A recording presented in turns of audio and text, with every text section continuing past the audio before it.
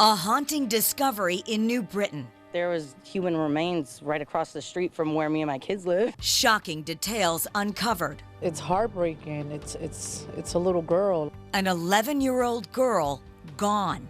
The victim of prolonged physical abuse and malnourishment. Left to starve to death, missing for a year. The girl's own mother arrested. Charged with murder, along with her now ex-boyfriend. The victim's aunt also accused. What goes through your heart as a family member? Disgusted. Disgusted. Now, a WFSB Plus exclusive. Little girl lost. What happened to Jacqueline Torres-Garcia? Thanks for joining us. I'm Kara Sundlin. It's a case as shocking as it is tragic. A little girl lost, dead for a year, her body concealed before her remains turned up one October day in Connecticut. Her own mother accused in the crime. How could an 11-year-old go missing without anyone knowing? Our WFSB Plus exclusive now looks at this investigation as it works its way into the courts. Get out of here, get out of more. October 14th, 2025, a volatile court appearance in an unimaginable murder case. The death by starvation of 11-year-old Jacqueline Torres-Garcia, known as Mimi. Her remains found dumped in a plastic container on an abandoned property in New Britain 6 days earlier. Her own mother, Carla Garcia, is charged with killing Mimi, along with her now ex-boyfriend, Jonathan Nanita. Carla's sister, Jacqueline Garcia, was arrested as well, accused of child cruelty to her own niece. Those are not my nieces. Those are not the girls that I raised. They look crazy, like... Carla, her sister Jacqueline, and their aunt, Yaxie Garcia, were all in the courtroom, along with other family members, including Mimi's biological father, Victor Torres, all in shock at what investigators had uncovered. Yaxie yelling out as Nanita stood before the judge. Get out of here, get out of the world. Yes, that was me. Even if Carla or Jacqueline was the one who came out last, I was still gonna have the same reaction that I had. Which was? Which was anger, the outburst. You're a baby killer. You're a pig. You're disgusting. I hope you get what you deserve. As a memorial to young Mimi began to grow outside of the boarded-up house on Clark Street, police from several communities worked fast to try and find answers. Carla was questioned by police the very night the remains were discovered, as seen in this video at New Britain Police Headquarters. You don't have to leave here, but I just want to make you aware that you're not under arrest. I know I'm not under arrest because I didn't do nothing. Exactly. Officer. Okay. I just want to make it clear. I'm being honest with you. Okay, thank you. Because if I did, I would tell you. I really don't care. I'm ready for anything. We would like to talk to you. I'm ready to talk. She was asked about her children. I have kids. I have 5 kids. 5 kids. All ages? How's the oldest? 12. 12. Who's 12? Jackie. Jackie, or Mimi, would have been 12, but sadly, police concluded she died months before her birthday, most likely in the fall of 2024 in Farmington, where Carla, Jonathan Nanita, and their children were all living after leaving New Britain. And what else investigators were learning? Evidence indicates that Jacqueline was the victim of prolonged physical abuse and malnourishment prior to her death. It is also believed that following her death, Jacqueline's body was kept in the family's basement and subsequently moved when the family relocated from Farmington in March of 2025. The unthinkable. Mimi was dead for more than a year before her remains turned up in New Britain. The arrests of Carla and her sister Jacqueline were quick, only 4 days after the investigation began, as seen in this police body camera video obtained by WFSB. Turn around. Why? Put your hands behind your back. You're under arrest. For what? It took a couple more days to track down Nanita. I was going to turn myself in. I didn't have to do that. Turn yourself in. You guys didn't have to do any of that. You should turn yourself in a while ago. I was gonna say I was. You guys didn't have to do any of that, man. I didn't even do that to that girl, bro. I didn't. I'm over here trying to clear my name. The arrest warrants for Carla and Jacqueline detail a horrific set of circumstances. Carla telling police she was forced by Nanita to withhold food from Jacqueline, admitting they stopped giving Jacqueline, or Mimi, food for about 2 weeks prior to her death. And the reason? Quote, Jacqueline was bad. She didn't listen. She didn't respect them. The aunt, Jacqueline, told police that her mother, Carla, and boyfriend, Jonathan, would keep Mimi tied up in a corner. And she admitted to taking and sharing a photograph of her own niece zip-tied on a urination pad. Exactly 1 month after the three first appeared in court, they were all back before a judge. Dozens of family members showing up to support Mimi, wearing personalized sweatshirts with her smiling face. Carla and Jacqueline both entered not guilty pleas. Nanita did not enter a plea or decide to waive a probable cause hearing, but a visibly shaken Carla did. And Attorney Manville tells me that you wish to waive that hearing. Is that correct? Yes. Now, have you had enough time to talk to Attorney Manville about that decision? Yes. Then, just weeks later, Nanita back in court, this time deciding to go ahead with a probable cause hearing, unlike Carla. You wish to exercise your right to probable cause hearing. Is that correct? Yes. Okay. Just an awful, awful crime. And joining me now is our WFSB legal analyst, Walter Hussey. Walter, thank you for being with us. Let's go through the charges. Carla Garcia and Jonathan Nanita have the same list of charges against them.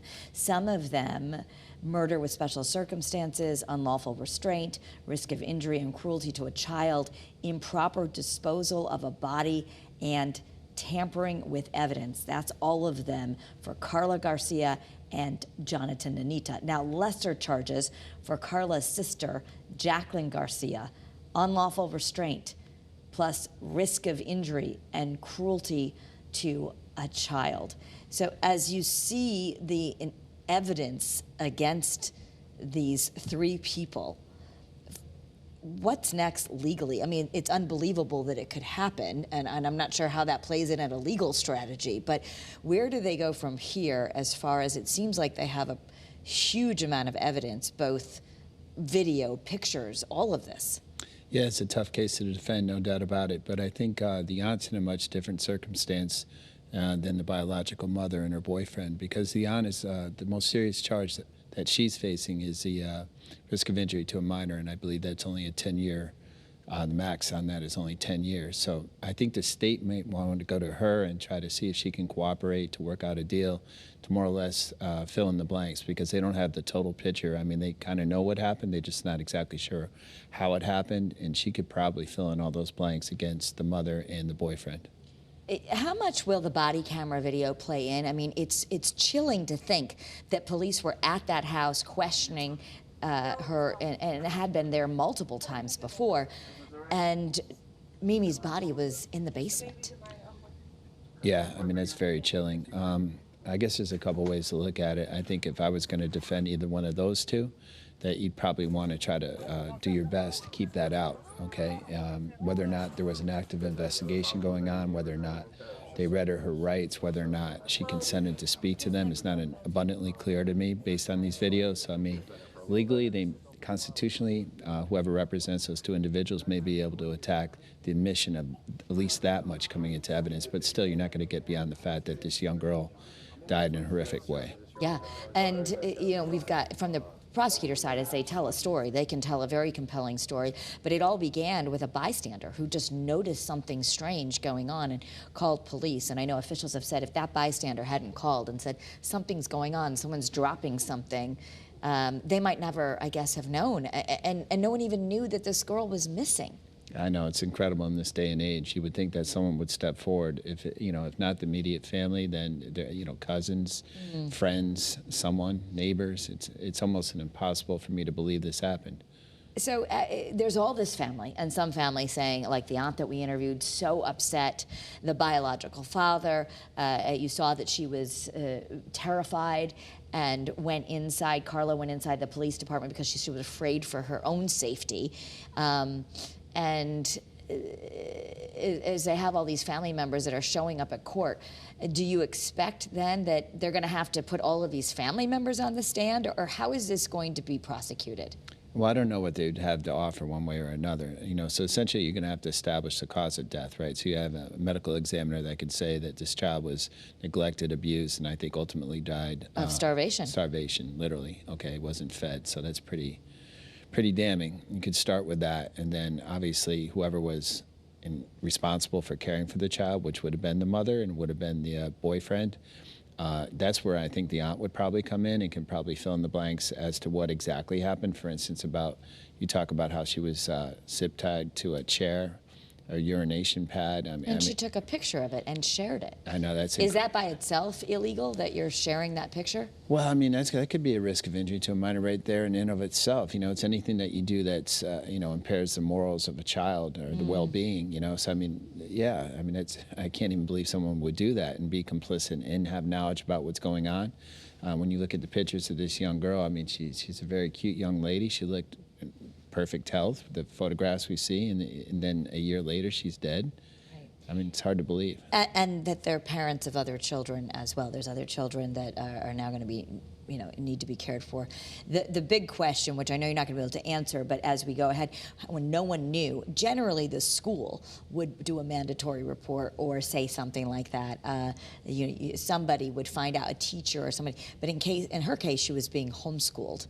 So do they need to establish how and when this girl went missing, or how do you think we're going to go from here to understand more about this? Well, I think it's going to be helpful to understand as much as you possibly can in terms of her disappearance, approximately her time of death. And again, I think the aunt can answer a lot of these questions, but most likely the other two aren't going to answer those questions. The fact that she was homeschooled is problematic because, basically she fell out of touch. No one knew what was going on. No one knew what the state of her, her well-being was. So that's a whole nother problem, the homeschooling. Well, and that's something we're going to address in one of our future specials, because there have been laws proposed to regulate Connecticut more. We're a very unregulated state when it comes to homeschooling, but there's always been a very strong homeschooling lobby that is protested against any regulation, which for an upstanding family who wants to give the best education for their kids, maybe. But then in these cases, we have another case, right, which we're going to talk about in Waterbury, where someone was held captive. So this is the second captivity case in Connecticut where someone didn't know anything that was going on, with these lost children, one who became a lost man. Well, think about it. Conversely, if you're abusing your child, the last thing you want to do is have your child go to school or be around friends or anyone, like a mandated reporter in a school setting. So when we talk about charges, and you mentioned lesser charges for the aunt, is this a typical prisoner's dilemma where you think that investigators will try and get the aunt to turn on the other two, or vice versa, Nanita to testify against the mother or the mother against Nanita?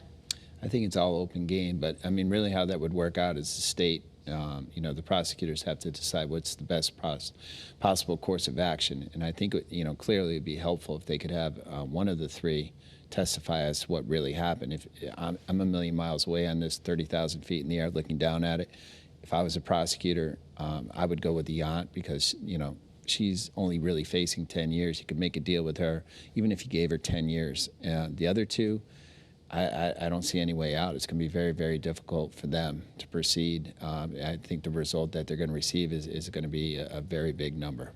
So, and we don't have the death penalty in Connecticut. We don't. In the past, to get the death penalty, it'd have to be murder with another aggravating circumstance. So if we had the death penalty years ago, this could have been one of those cases. Clearly, yeah. Okay. So in this case, they could possibly face life in prison without parole? Well, the max is 60 years, but if you do the math, yeah, it's pretty much a life sentence, right? Okay. And time-wise, this obviously is something which we're going to talk about as we go into our specials with the investigation. This was difficult for police. They were at that house many times. They never knew a child was in the basement. They didn't have a reason to go to the basement at that time. But as they try to piece this together and all that's going to have to happen, what do you think a timeline is going to be for this case and for the next, when we could actually see them go to trial? Oh, you mean going forward? Yes. So really how it works, like any other case, so their attorneys respectively will get all the discovery, which is all the police reports and medical reports, and have the opportunity to review it with their clients and see where they stand. Ultimately, the state is going to make each and all three of them an offer, okay, to conclude the case. So they can say yes or no. I think it's going to be a big number for at least 2 of them, possibly 3. I mean, as high as you could go is only 10. But anyway, they're going to have to decide, is it worth it to go to trial or not? If the number's too high, sometimes the defendant might say, what do I have to lose? All I need is one person to side with me and I get a mistrial. However, it's coming off anything but the maximum would be hard for me to reconcile. I think I can't see a prosecutor doing that. And it's going to be really difficult for these, all 3 of them really, to find a sympathetic audience. It's going to be very tough to find jurors that can be impartial, listen to the evidence, and actually presume them to be innocent before even hearing the evidence. I mean, even for myself, I don't want to sound like a hypocrite, but it's really difficult. Right. So does that mean you think there'll be a move to try to get this case out of Connecticut? I don't think so. I mean, it doesn't matter, Kara, if you think about it. Wherever you take this case, it's the same facts, and whoever wants to sit in judgment of this case is going to have to hear those facts. So it could be in California. I can't see it getting any better. Mm-hmm. And of course, as we continue to investigate this story, I feel so badly also for she has 5 children, so the other children and what's going to happen to them.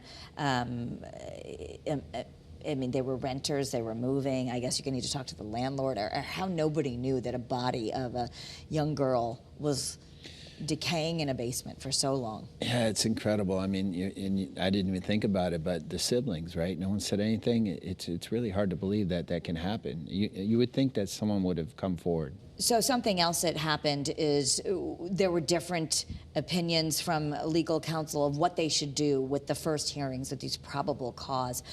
How do we read into that, what the mother did versus what the boyfriend's going to do?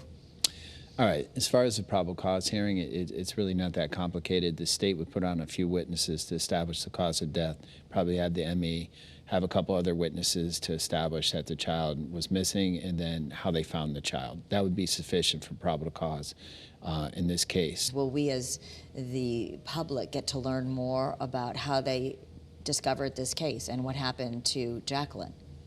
Sure. I mean, you're not going to be barred from covering the case, but it's probably going to be minimal. It doesn't need to be very intensive. Like, for instance, probable cause is just a little bit more than that. Okay. Really, like 50.5% to 49.5. It's basically a layup.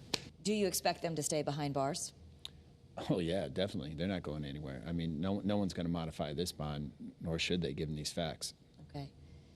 Walter Hussey, our WFSB legal analyst, thank you for helping us break down this very, very troubling case. We'll continue to dig into this with the investigation and also the future of homeschooling here in Connecticut. We appreciate your time. Thank you. Thank you. Thank you for joining us for this WFSB Plus exclusive Little Girl Lost. What happened to Jacqueline Torres-Garcia? Check out our other upcoming streaming specials as we continue to follow this case.